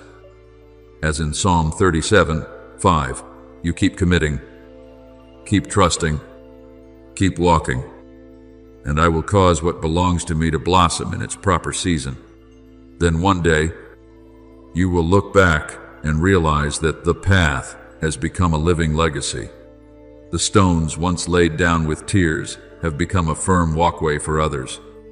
The times you chose the light in silence have become a testimony traveling farther than your voice. Those who come after you may not know the full cost of each step you took, but they will receive blessing from the obedience you sowed.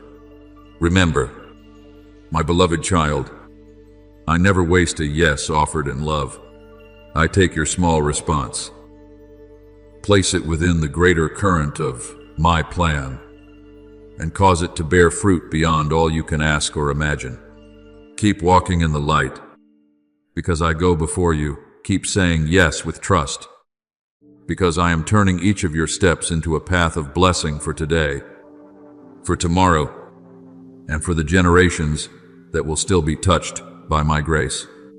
Beloved child, when you bow your heart and respond to the light I give you today, you will discover something very deep. You no longer have to wander in tension, trying to find a way by your own strength.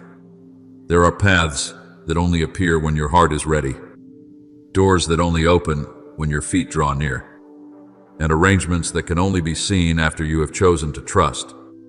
I do not always spread the entire journey before your eyes like a great map, because I want you to learn to walk in living communion with me each day. I will instruct you and teach you in the way you should go. I will counsel you with my eye upon you. As in Psalm 32:8, that word is not a distant promise, but my gentle hand resting upon each small decision you make. When you say yes to the present portion of light, you are placing yourself in the flow of guidance, where what is needed will come at the right time. The person you need to meet will appear in the right season, and the strength you need will be given when you truly need to take the step. Do not think that boldness only comes after everything is already opened wide. Many times, it is boldness in faith that causes the path before you to widen. If you stand still, waiting until every lamp is lit at once, you may easily lose the joy of walking with me. But when you step forward with a lightened heart, each stretch of the road will be illuminated one by one, like lamps along a path at night. Not too early to feed pride, and not too late to leave you in despair. The path of the righteous is like the light of dawn, shining brighter and brighter until the full day. As in Proverbs 4:18, that light grows with the footsteps of the one who knows how to trust. Therefore, do not underestimate a peaceful decision, a kind gesture, a truthful word, or a quiet act of service. Each of these is a stone I use to make the road beneath your feet level, and it may also become a firm foundation for those who will walk after you. I know there are times when you want to ask, what if I step forward and nothing happens? But, my child, obedience is never empty before me. Sometimes the result has not yet appeared, but underneath, the hidden streams of grace have already begun to move. A meeting is being prepared. A word is being refined. A moment is being kept, and a door is being placed in its proper position. I have set before you an open door that no one can shut. As in Revelation 3:8, that door does not necessarily open with a loud sound, but may open very quietly, in an ordinary morning, through a small opportunity, a gentle prompting, or an invitation that seems simple. When you live in a daily yes, you will become more sensitive to those signs, and you will recognize that I do not guide you only through great miracles, but also through small appointments saturated with providence. Remember Ananias in Damascus, a man not as prominent as the great apostles, yet whose heart was soft enough to hear my voice. I told him to go and find Saul, the one who had once spread fear among the disciples, the one whom natural reasoning would have said to avoid rather than approach. Ananias had reasons to be anxious. He could have seen that calling as too dangerous, too difficult to understand, too contrary to his sense of safety. But when I said that Saul was my chosen instrument, Ananias went. He laid hands on the one who had once been a persecutor, called him Brother Saul, and through that quiet obedience, a life was opened in sight, filled with the Holy Spirit, and later became Paul, the one who carried the gospel to many nations. Do you see? One yes from an ordinary person in an ordinary house can touch a history far greater than that person ever imagined. God chose the weak things of the world to shame the strong. As in 1 Corinthians 1:27, I do not need you to be great in the eyes of the world before I can use you. I need a heart that knows how to hear, how to trust, and how to walk. From that story, understand that your yes does not only open a way for you alone.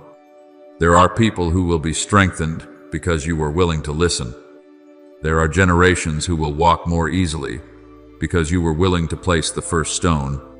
There are hearts that will find hope again because you did not refuse guidance on a day that seemed small. I can use one word you speak at the right time to open someone's eyes. Use your peaceful presence to calm a confused soul. Use one faithful act of yours to rekindle faith in someone who had almost given up. We are His workmanship, created in Christ Jesus for good works, which God prepared beforehand for us to walk in. As in Ephesians 2:10, this means there are good works already prepared, but they need a heart willing to step into them. When you agree with me, what has been prepared in the unseen realm begins to take shape in everyday life. So, my beloved child, keep your yes pure, and do not let it be mixed with haste or fear. A true yes does not make you rush. It brings you into the steady rhythm of peace. Each morning, receive new light like daily bread from my hand. Each evening, give back to me what remains unfinished, so your heart does not have to carry the burden of tomorrow. The more you walk with me, the more you will understand that the journey is not only about reaching a destination, but about being transformed along the way. I make your heart lighter, your eyes brighter, your hands more open, and your steps more steady. Then one day, you will look back and realize that the path was not only opened before you, it was built through every yes you offered. Keep going, my child. As you draw near, the light will turn on. As you keep your heart faithful, the way will become clear. As you place your trust in me, grace-filled appointments will arrive in their proper season, and your life will become a bright road for many others to step into hope. Beloved child, I want you to understand that a true yes is not only spoken in great moments, but is trained into your breathing through the small things you choose each day. There is a quiet holiness in pausing for a moment before you answer, so that your words do not come out of woundedness but from peace. There is a heavenly beauty in choosing gentleness instead of coldness, faithfulness instead of giving up, gentle discipline instead of allowing yourself to drift with weariness. These things may not make the whole world pay attention, but in my eyes, they are small jewels being joined together into a life of depth. Whoever is faithful in very little is also faithful in much. As in Luke 16:10, therefore, do not make light of a kind choice, a brief rhythm of prayer, an act of humility, or one time you keep your heart from retaliating. It is these small yeses that form the channels through which my favor can flow through you, without being blocked by pride, impatience, or distraction. When you live this way, daily work is no longer a chain of tasks to finish, but a place where love is laid down, where light is practiced, where the path appears in every ordinary step. I am not calling you into a heavy life, where every commitment becomes a chain and every responsibility becomes a stone upon your shoulders. I am calling you into the right rhythm, where what needs to be done is done with the strength I give, where your heart is not pressed into exhaustion, where creativity blossoms, not from the pressure to prove yourself, but from the joy of serving in love. Let all that you do be done in love. As in 1 Corinthians 16:14, when love becomes the source, even small work carries fragrance. Difficult work is upheld by grace, and hidden work carries a holy quality. You will realize that focus is not only the ability to remove distractions, but the art of keeping your heart near me. When you say yes to stillness, you protect the light within. When you say yes to integrity, you protect the stream of trust. When you say yes to perseverance, you protect the harvest that has not yet come. And when favor has an open heart to pass through, it does not only renew you, but also touches those around you in a way that is very gentle and very deep. Remember Daniel, the one who lived in a foreign land, where many voices could have caused the human heart to lose its identity. He did not begin with a loud victory before the crowd, but with a quiet decision not to defile himself with the king's food, and later, to keep his daily rhythm of prayer, even when a forbidden decree had been issued. Daniel did not need to be noisy in order to prove that he belonged to me.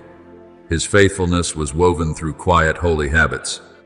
When the windows were open toward Jerusalem, he knelt down and prayed as he had always done before. And it was that steady rhythm of yes that kept him firm even in the lion's den. My God sent his angel and shut the mouths of the lions, as in Daniel 6:22. Do you see? A life built by small acts of obedience will have the strength to stand in the hour of great testing. I am not looking in you for a moment of emotion that quickly fades. I am building within you a rhythm of faithfulness deep enough that when darkness roars, your heart will still remember the way back to the light. From that faithfulness, you will become a safe space for souls who are silently watching. There are people who do not say it aloud, but they are reading your life as though reading a living letter. They want to know whether forgiveness truly opens the door to freedom, whether honesty still has value, whether love can exist without being conditioned by performance. When you choose forgiveness, you not only free yourself from old chains, but also teach others that the past does not need to rule the present. When you choose honesty, you sow again the foundation of trust in places that were once cracked by suspicion. When you choose to love with endurance, you tell the next generation that people are more precious than results, and that the heart is more worthy of being guarded than winning or losing. You are a letter of Christ, written not with ink, but with the Spirit of the living God. As in 2 Corinthians 3:3, therefore, let your life be written with the handwriting of grace.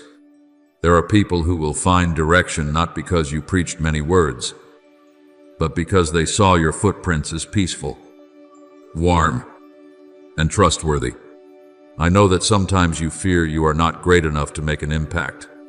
But my child, light does not need to shine across the entire horizon in order to have value. It only needs to shine in the place where I have set it, and the darkness nearby must already begin to retreat. A small lamp in a dark house is still a great grace to someone searching for the door. A kind word on a heavy day can still save someone from despair. One time you keep your promise can still heal a crack in another person's heart. Do not despise the day of small beginnings. As in Zechariah 4:10, I often use the small to prepare the great. Use steady rhythm to build endurance, and use gentleness to bring about changes that violence could never produce. You do not need to force miracles through tension. When you are faithful to the light before you, the wondrous will come like daybreak, without shouting, without rushing, but surely, warmly, and on time. From today, let your yes become your natural breath. No, so that your spiritual eyes may brighten. Trust, so that your heart may be warmed. And walk, so that the path may become clearer beneath your feet. Do not ask yourself how far you can see before deciding to obey. Remember who is walking with you. I am the one who goes before you to open the way, walks beside you to comfort you, and comes behind you to guard the footprints you have placed down. I will never leave you nor forsake you. As in Hebrews 13:5, that word is the foundation beneath every small step you take. Then one day, you will look back and smile, because the things that once seemed unclear have become clear strokes in the drawing. The things that once seemed far away have drawn near in peace, and the yeses that once seemed silent have joined together into a living path.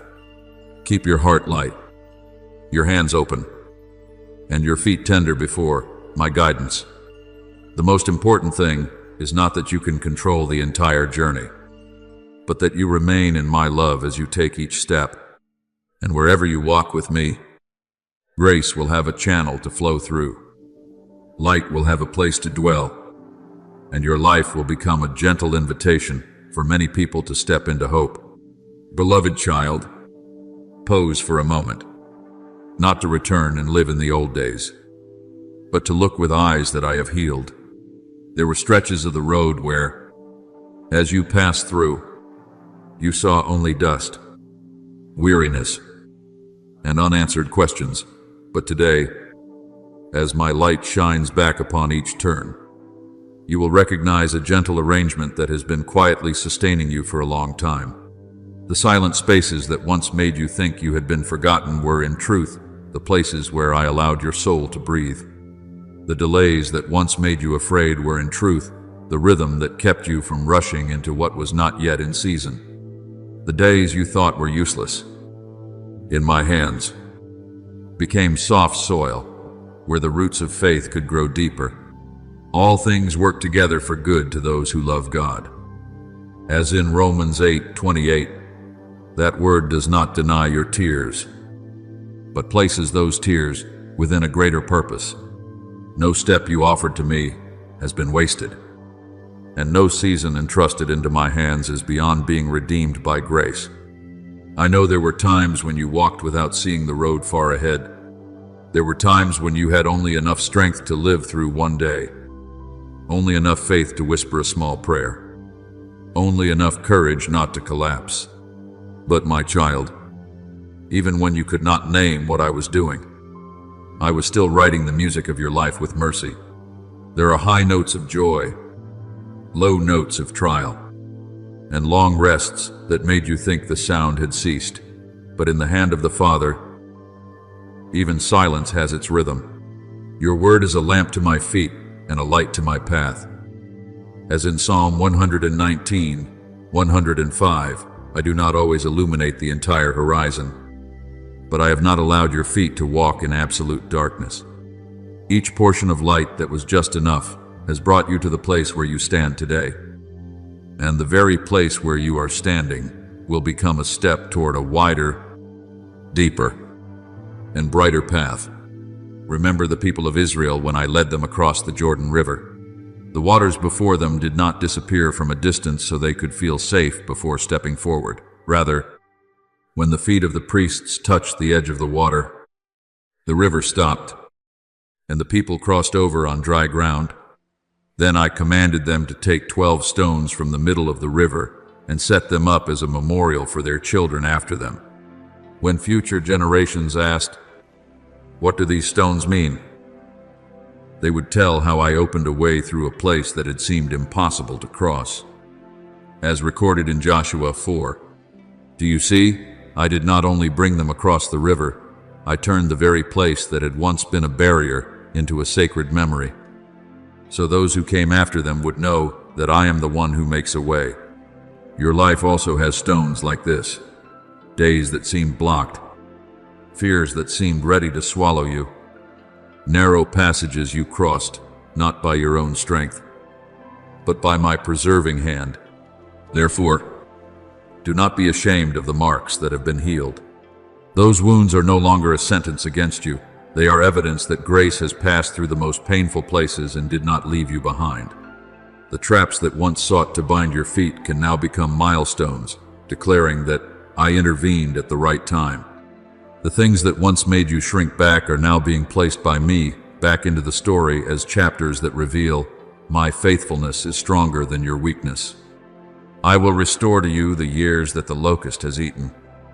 As in Joel 2:25, my restoration is not only the drying of tears, but also the making of once devastated ground able to bear fruit again. When you place the past into my hands, it no longer weighs upon your shoulders, but is transformed into a testimony, into a lamp, into a sign for those who are searching for the way in the night. Also remember that your journey has never belonged to you alone. Every yes you have spoken in secret, every time you chose what was right while your heart was still trembling, every act of love you gave when you yourself also needed comfort, has been sowing seeds into fields wider than your eyes can see. Perhaps today you have not yet seen anyone strengthened by your faithfulness, but blessing has its own way of sprouting in the season I appoint. Those who sow in tears shall reap with joy. As in Psalm 126:5, there are seeds watered by hidden tears. Yet one day they will become shade where others can rest. Your family may learn how to love again through the tenderness I am building within you. Your friends may find courage by seeing that you did not give up. Someone you have never met may be enlightened by the testimony you leave behind. When you tell your story, tell it like someone placing memorial stones beside the riverbank, not to exalt the pain, but to exalt the one who led you through. Do not tell it with the voice of someone ruled by the past, but with the humility of one who has been rescued and renewed. We are comforted so that we may comfort those who are in any trouble. As in 2 Corinthians 1:4, what I have done within you is not locked away inside personal memory, but open like cool water for souls that are dry and weary. Someone will hear you and understand that they too can keep living. Someone will look at your footprints and know that there is still a safe way forward. Someone will see your healed scars and believe that my hand can also mend their life. Therefore, my beloved child, step into the next chapter not with a fearful heart, but with deep gratitude. You have not merely passed through, you have been shaped, protected, taught, and made deeper in love. The path ahead is not separate from what is past, but is built upon every lesson I have redeemed. The old steps now shimmer like stars across the sky of memory, not because they were never painful, but because I have placed my light upon them. Keep walking, leaving behind you not traces of fear, but a legacy of faith, faithfulness, and love. I am with you in what has passed, in the place where you now stand, and in the road that is opening ahead. And as you continue walking, your life will keep becoming a gentle testimony that I waste nothing that is placed in my hands. Beloved child, I want you to step into the road ahead not with the tension of someone who needs to know every turn, but with the peace of one who has learned to recognize the hand that is leading them. There will still be unexpected turns, mornings when you wake without knowing what the day will bring, and moments when you must choose between worry and trust. But now you have a foundation firmer than every prediction. The light I give will always be enough for the ground directly before your feet. Your word is a lamp to my feet and a light to my path. As in Psalm 119, 105, that lamp is not given so you may control the entire future, but so you may walk today with a heart no longer commanded by darkness.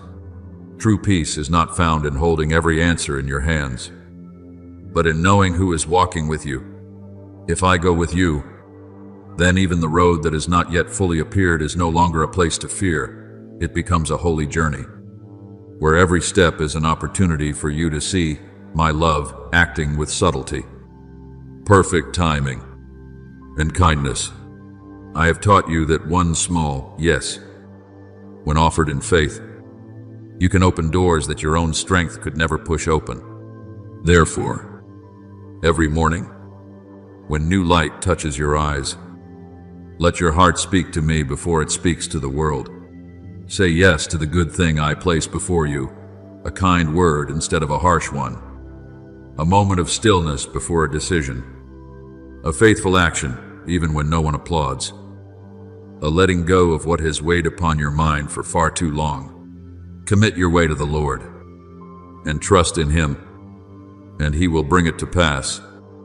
As in Psalm 37:5, you commit not because you are meaninglessly weak, but because you have found the place where true strength begins.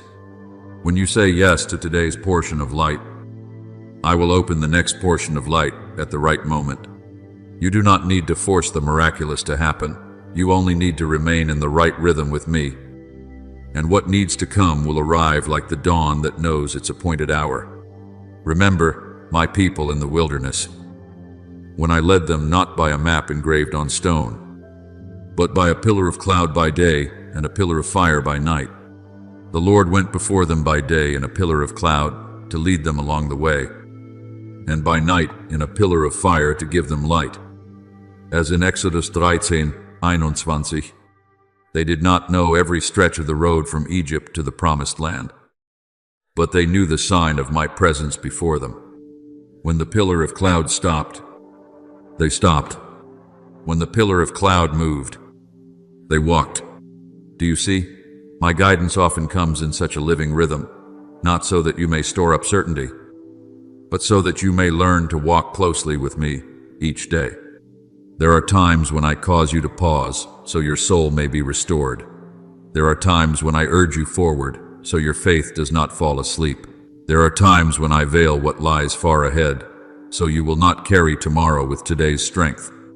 But whether by day or by night, whether in sun or wind, I am still the one who goes before you, and my light does not run out along the way. Therefore, guard your thoughts like one guarding a lamp in the night. Do not let hurried voices, dark assumptions, old fears, or sharp judgments tilt the sail within you.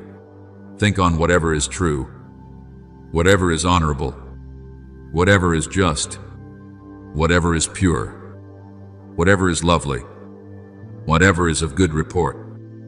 As in Philippians 4:8, this is the garden where I want you to sow seeds each day. When a thought weighs upon your heart, bring it to me instead of allowing it to build a home in your mind. Say to me, Father, this makes me afraid. I give it back to you.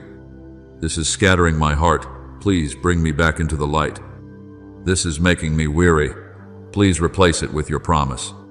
Cast all your anxiety on Him, because He cares for you. As in 1 Peter 5:7, I do not rebuke your concerns. I want to touch them with tenderness, so that your mind may be renewed, your words may become kinder, your gaze clearer, and your steps steadier. In the place where you touch your limits, I will also meet you with abundant grace. I do not merely comfort you so you may feel calm for a moment and then leave you to manage on your own. I restore what has become tangled, lift what has grown weary, and join together the pieces that seem to have fallen from your hands. My grace is sufficient for you, for my power is made perfect in weakness. As in 2 Corinthians 12:9, therefore, limitation is no longer a wall of ending, but a threshold where you experience my power in a way that is gentle yet enduring. What needs to be arranged? I will arrange. What needs to be healed? I will heal. What seemed to have missed its season, I can still redeem. The trials that once made you tremble will become testimonies of my keeping. The traps that once tried to stop you will become milestones. The wounds that have been mended will no longer make you ashamed, but will shine as signs that I did not let you go. And my child, this journey does not belong to you alone. Every yes you offer, every decision to stand in truth, every act of love, every time you choose forgiveness instead of passing on bitterness, can become a stone laid down for those who come after you, your family, your community, and even generations not yet born may receive the fragrance of your faithfulness today. The righteous walk in integrity. Blessed are their children after them. As in Proverbs 20:7, that blessing is not only something outward, but a new atmosphere, a new way of living, a new faith that darkness does not have to be passed down as an inheritance. When you live as one who is loved, called, and sent, others will see a safe path to follow. They may not know the full cost of every choice you made, but they will receive blessing from the light I have used your life to keep upon the earth. Now, as your heart has grown quiet before my presence, let prayer flow without decoration, needing only to be true. Say to me, Father, I offer to you the deepest part of my heart, the beautiful desires, the thoughts that still need to be set in order, and the new days opening before me. Please bring everything within me into alignment with your goodwill. Let your peace warm the rhythm of my heart again, so that from that still place I may walk steadily. Today, I do not ask to see the whole picture. I only ask for enough light for this step and for your hand to guide the next one. I say yes to today's portion of light. Please open the next way at the time you have appointed. Guard my mind. Renew me by the living word. Help me recognize your voice, gentle yet firm, and teach me to release every unnecessary thought into your hands. Continue saying to me, Father, where my own strength reaches its limit, may your favor lift me up again. Whatever within me needs restoration, please restore it. Whatever needs to be joined together again, please join it. Whatever seems to have fallen apart, please fit it into a new beauty.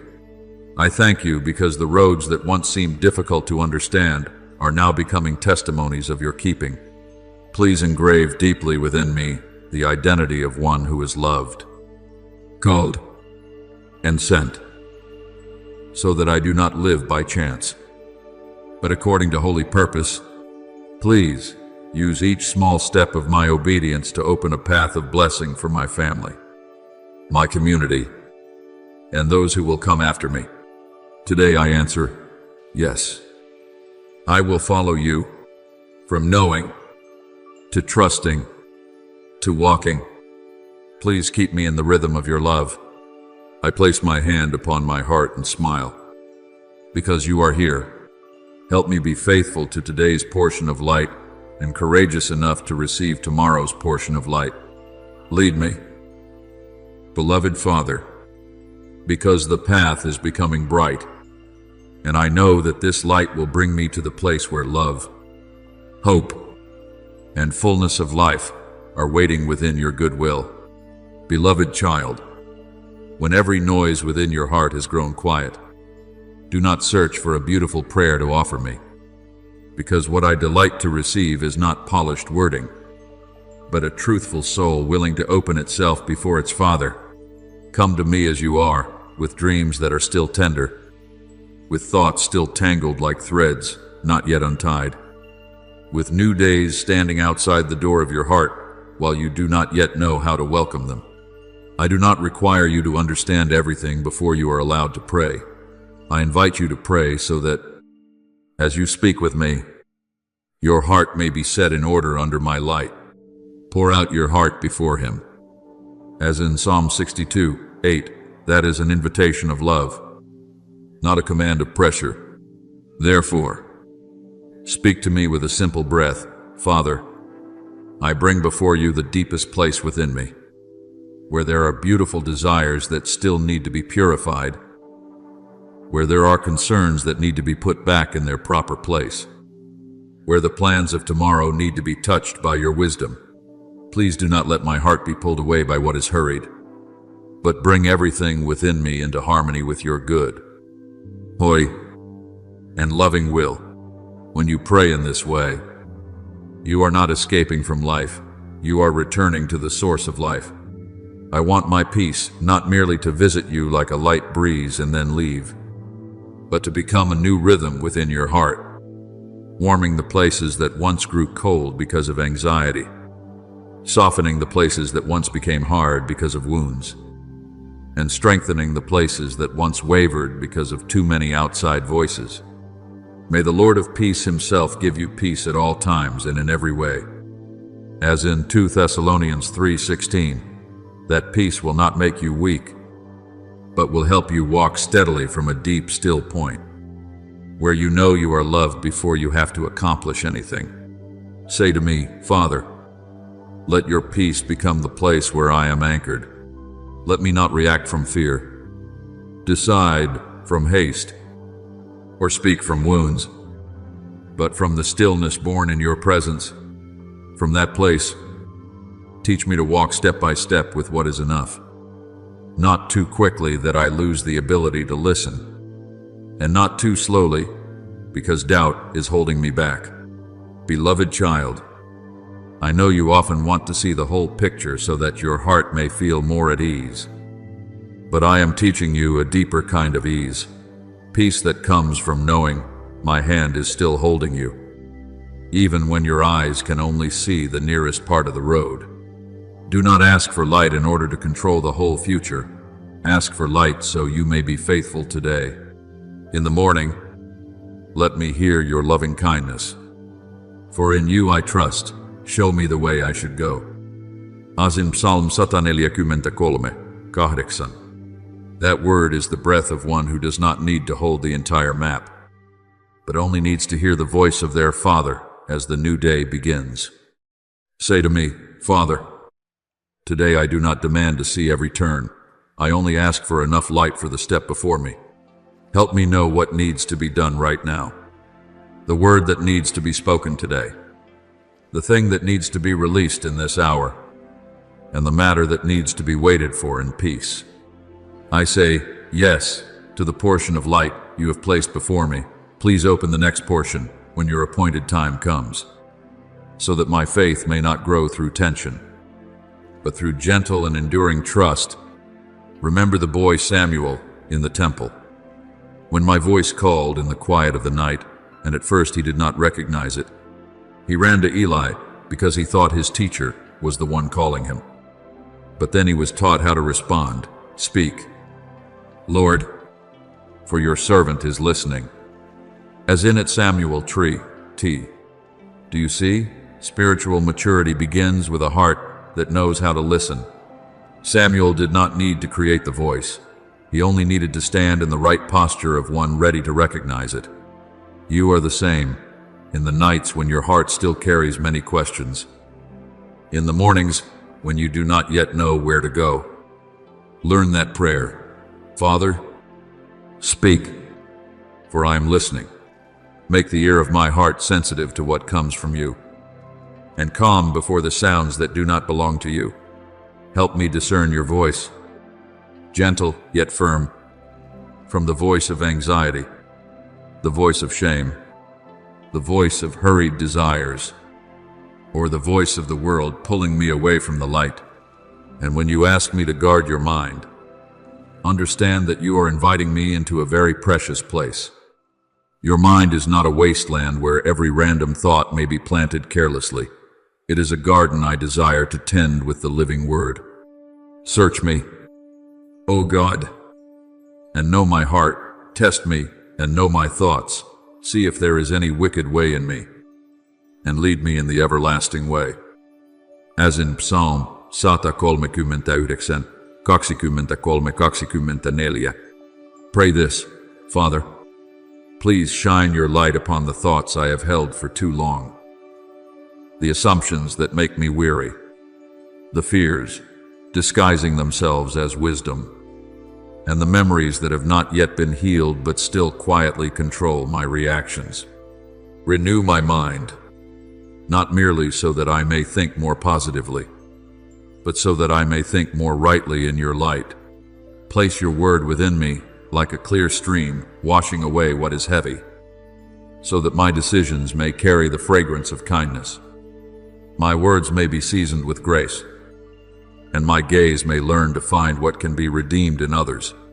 So pray, my beloved child, not as one who has been left alone to fix yourself, but as a child sitting near their father, allowing love to work from within. Say, Father, I give you everything unnecessary that has been taking up space in my heart. I give you the noise, the comparisons, the worries that have not yet come, the unanswered questions, and even the parts of me that are still afraid to trust. Teach me to let go without despairing, to wait without withering, to walk without rushing, and to love without losing the purity of my heart. God has not given us a spirit of fear, but of power, love, and self-control. As in 2 Timothy 1:7. Let that spirit be within me today, then rise with a lighter heart. Because true prayer does not end when your lips fall silent. It continues to live in the way you walk. I am here, listening to you, guiding you, and realigning the rhythm within you with kindness. Keep saying yes to today's portion of light, and I will keep you on the path of life.